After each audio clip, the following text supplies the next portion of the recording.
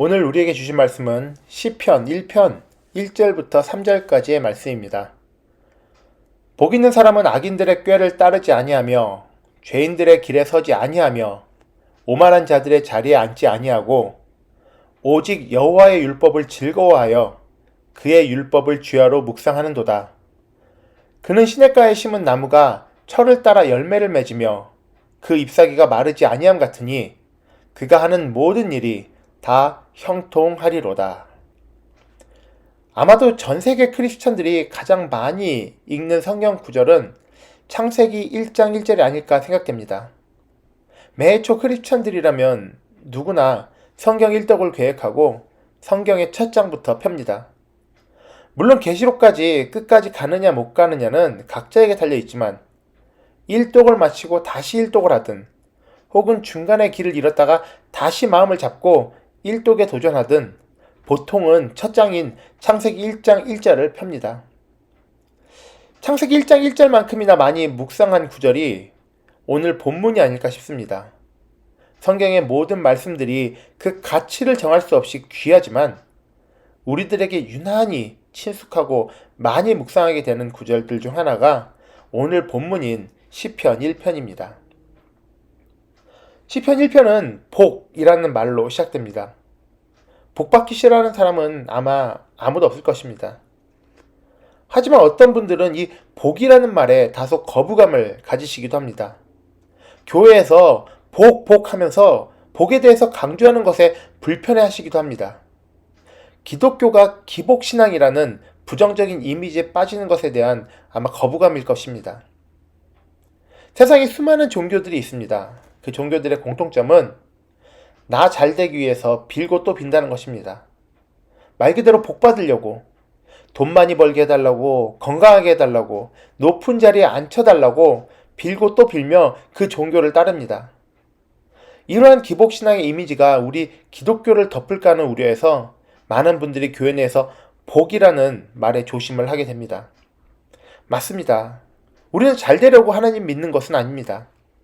복 받으려고 하나님을 믿는 것은 아닙니다.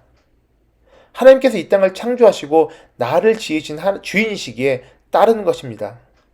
그리고 아무 보잘것없는 이 피조물을 위해 대신 고통받으시고 또 죽으심으로 다시 살리시고 자녀 삼아 주셨기에 그 감격 속에서 이루 말할 수 없는 감사 속에서 하나님을 믿고 따르는 것입니다.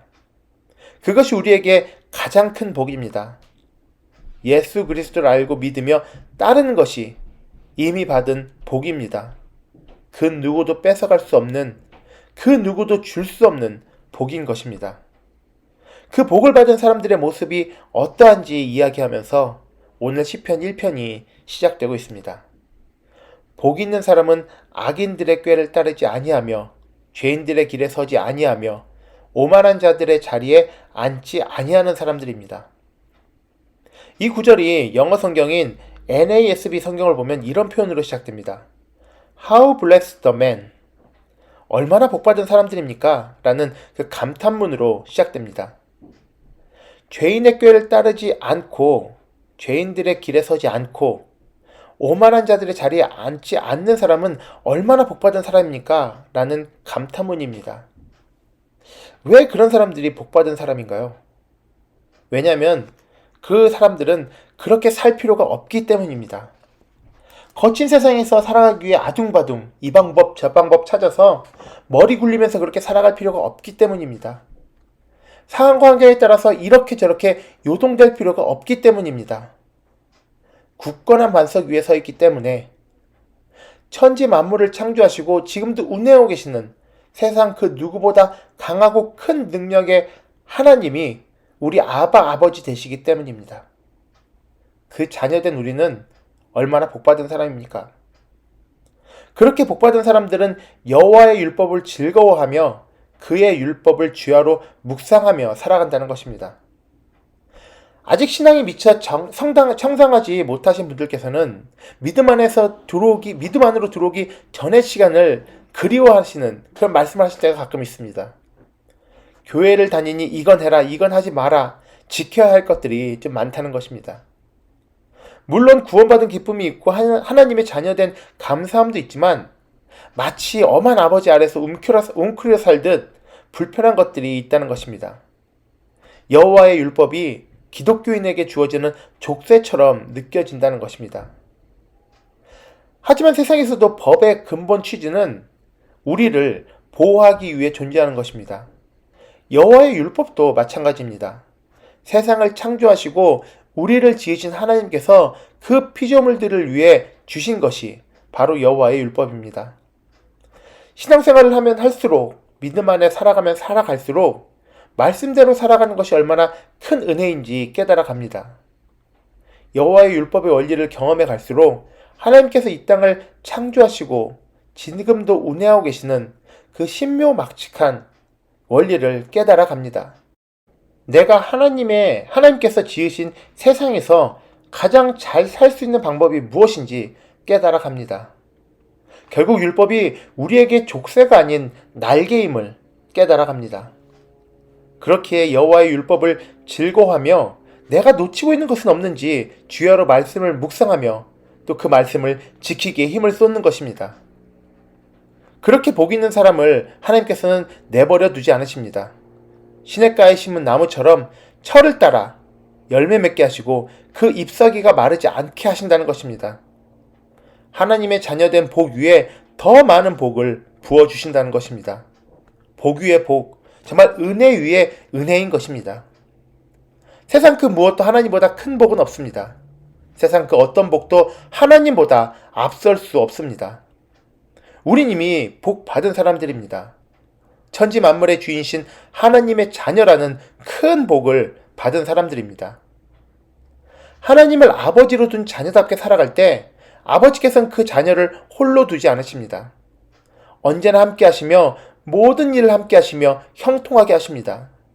우리의 삶에서 아버지의 뜻이 온전히 이루어지게 하실 것입니다. 오늘 하루도 우리 모두 그 소망 가운데 살아갔으면 좋겠습니다. 복 있는 사람답게, 하나님의 자녀답게 악인들의 꾀를 따르지 아니하고 죄인들의 길에 서지 아니하며 오만한 자들의 자리에 앉지 않으시기 바랍니다. 아니, 우리는 그럴 필요가 없습니다.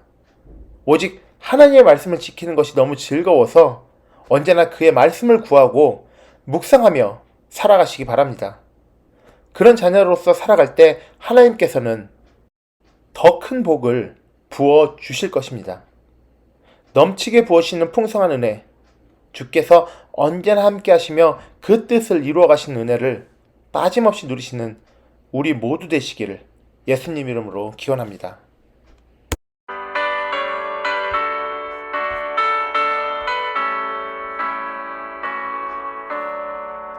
그 크신 하나님의 사랑 말로 다 영영 못하네. 저 높고 높은 별을 넘어 이 낮고 낮은 땅 위에 죄범한 영혼 구하려 그 아들 보내사 화목제물 삼으시고 죄 용서하셨네. 하나님 크신 사랑은 증량가 못하네. 영원히 변치 않는 사랑 성도여 찬양하세. 외로운 시절 지나가고 땅 위에 영화세할 때 주 믿지 않던 영혼들은 큰 소리 외쳐울어도 주 믿는 성도들에게 큰 사랑 베푸사 우리의 죄 사했으니 그네 잊을까. 하나님 크신 사랑은 증량가 못하네. 영원히 변치 않는 사랑 성도여 찬양하세. 하나님 감사합니다. 이 세상 누구도 줄 수 없는 복, 정말 이 땅 그 무엇보다도 큰 복을 허락하심을 감사드립니다. 하나님을 알고 믿는, 그리고 그 자녀 되는 것이 제게 너무나도 큰 복입니다. 그 어떠한 복도 그 이상일 순 없습니다. 이제 그 복 받은 자답게 살아갑니다. 어떠한 풍파 속에서도 흔들림 없이 살아갑니다. 오직 주님의 말씀 따른다는 것이 얼마나 큰 은혜인지 하루하루 경험하며 살아갑니다. 그런 삶에 주님 함께 하셔서 형통하게 하시며 주께서 주의 때에 계획하신 주시고자 하시는 모든 복을 누리며 주께 영광 돌리는 삶 살아갈 수 있도록 허락하여 주시옵소서. 항상 함께 하심에 감사드리며 예수님 이름으로 기도드립니다. 아멘.